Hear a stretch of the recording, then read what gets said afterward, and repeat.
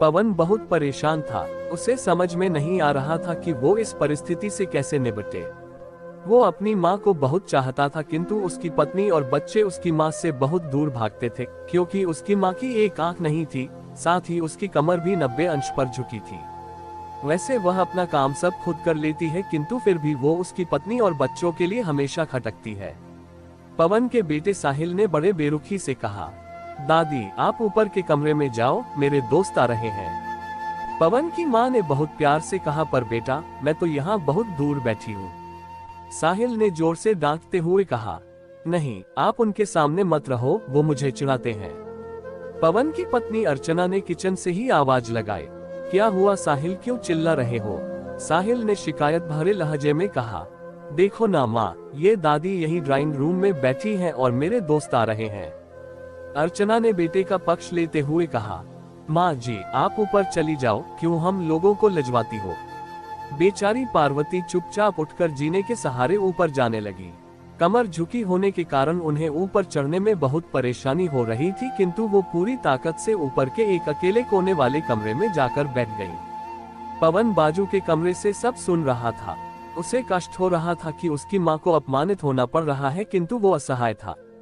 अगर वो कुछ कहता है तो पत्नी और बच्चे उसका विरोध करने लगते हैं। दूसरे उनके तर्क भी सही लगते हैं। चूंकि वो एक प्रशासनिक अधिकारी था, उसका सामाजिक स्तर बहुत ऊंचा था, उसकी ससुराल भी एक उच्च घराने में थी, अतः वह चुपचाप इस तरह हर दिन अपनी माँ को अपमानित होते देखता रहता था। रात को पवन की पत्नी ने कहा, देखो जी अब कुछ करो। कल कलेक्टर साहब की पत्नी आई थी। माँ जी अपनी देशी धुन धारा में उनसे मिली। मुझे बहुत शर्म आ रही थी बताते हुए कि ये मेरी सास है। मैंने कह दिया कि दूर की रिश्तेदार है, इलाज कराने आई है। पवन को रोना आ गया, किंतु फिर भी वह चुप रहा। उसे समझ में नहीं आ रहा था कि वो क्या करे। अपने बेटे की मन स्थिति को पार्वती अच्छी तरह से जानती थी और बेटे को कोई कष्ट न हो इसलिए वो हर बात को चुपचाप सह लेती थी। पवन बहुत उदास रहने लगा। एक तरफ परिवार और सामाजिक स्तर पर जीने की प्रतिबद्धता थी, तो दूसरी ओर माँ। आखिर माँ से अपने बेटे की यह हालत नहीं देखी गई। एक दिन उसने अपने बेटे से कहा, पवन बहुत दिन हो गए हैं, मैं अपने गांव जाना चाहती हूँ, मुझे वहां पहुंचा दो, मेरा यहाँ मन नहीं लग रहा।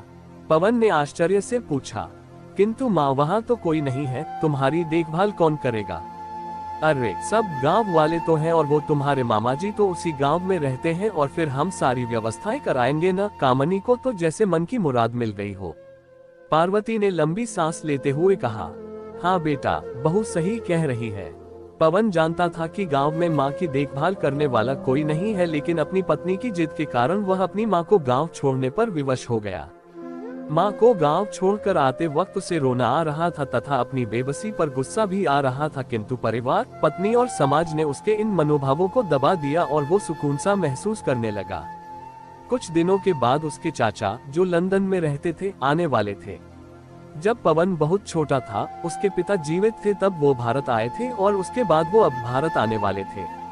पूरा परिवार और आस पड़ोस बहुत उत्साहित था। लंदन से पवन के डॉक्टर चाचा आ रहे थे। डॉक्टर सुरेश ने जैसे ही घर में कदम रखा, सबने मिलकर बहुत उत्साह से उनका स्वागत किया। डॉक्टर सुरेश ने उत्सुकता पूर्वक पूछा, क्यों पवन भाभी नहीं दिख रही, कहाँ है? अर्चना ने सपाट लहजे में उत्तर दिया, जी वो गांव में रहती हैं, यहाँ उनका मन नहीं लगा। डॉक्टर सुरेश ने पवन की ओर देखा तो पवन ने अपनी आंखें झुका ली। डॉक्टर सुरेश सब समझ गए, बोले, कल हम भाभी से मिलने गांव चले गए सब लोग। दूसरे दिन सभी लोग गांव के घर में पहुंचे। देखा कि पार्वती को बहुत तेज बुखार है और वो पलंग पर असहाय पड़ी है। डॉक्टर सुरेश दौड़कर पार्वती के पास गए, उनके पैर छूकर रोने लगे। पार्वती की ये हालत उनकी कल्पना से परे थी। वाह बेटा पवन, तूने तो नाम उजागर कर दिया। अपनी माँ की ये हालत देखकर तुझे तो शर्म भी नहीं आ रही होगी। डॉक्टर सुरेश ने पवन को लगभग डांटते हुए कहा। पार्वती ने अपने बेटे का बचाव किया, नहीं देवर जी, पवन का कोई दोष नहीं है, मैं खुद गांव आई थी, मुझे सब पता चल गया। भाभी आप चुप रहो। डॉक्टर सुरेश ने अर्चना की ओर व्यंग्य से देखा, क्यों बहू, तुम्हें अपनी सास की कुरूपता पसंद नहीं है? समाज में तुम्हें नीचा देखना पड़ता है ना? अर्चना निरुत्तर होकर पवन को देखने लगी। आज तुम जिस सामाजिक स्तर पर हो वो इन्हीं के संघर्षों की देन है। और बेटा पवन, तुम्हें शायद मालूम न हो कि बचपन में जब तुम 1 साल के थे तब छत से नीचे गिरने के कारण तुम्हारी एक आंख फूट गई थी और तुम्हारी रीढ़ की हड्डी में भी समस्या थी। तब तुम्हारी इस कुरूप माँ ने अपनी एक आंख और अपना बोन मेरो तुम्हें देकर इतना सुंदर स्वरूप दिया था। अर्चन बेटा, इतने सालों तक संघर्ष करके बेटे को प्रशासनिक अधिकारी बनाने वाली इस संघर्षशील औरत की तुम लोगों ने ये दशा कर दी। तुम्हें ईश्वर कभी माफ नहीं करेगा। डॉक्टर सुरेश की आंखों से अश्रु जलधारा बह रही थी। डॉक्टर सुरेश ने पार्वती से कहा, अब भाभी आप मेरे साथ लंदन जाएंगी, यहाँ इन स्वार्थी लोगों के बीच नहीं रहेंगी। पवन को तो काटो तो खून नहीं था। डॉक्टर सुरेश जो उसके चाचा थे, उन्होंने जो राज बताया उसके बाद तो पवन को यही लग रहा था कि उससे ज्यादा पापी इंसान इस दुनिया में कोई और है ही नहीं। वह दौड़ता गया और माँ पार्वती के कदमों से लिपट गया। माँ, मेरा अपराध अक्षम्य है। मैं जानबूझकर चुप्पी साधे रहा, आपका अपमान करवाता रहा। अब सिर्फ आप ही उस घर में मेरे साथ रहेंगी और कोई नहीं। पवन ने आग्नेय दृष्टि से अपनी पत्नी और बच्चों को देखा। अर्चना को भी बहुत पश्चाताप हो रहा था, किंतु उसकी हिम्मत नहीं हो रही थी कि वो पार्वती से आंख मिलाए।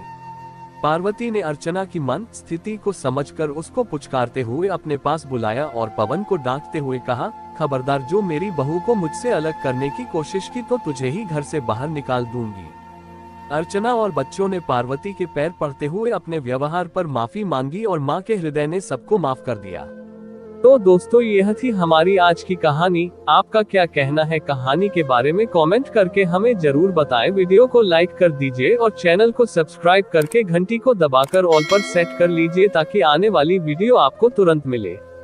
मुझे दीजिए अगली वीडियो तक इजाजत, तब तक के लिए धन्यवाद।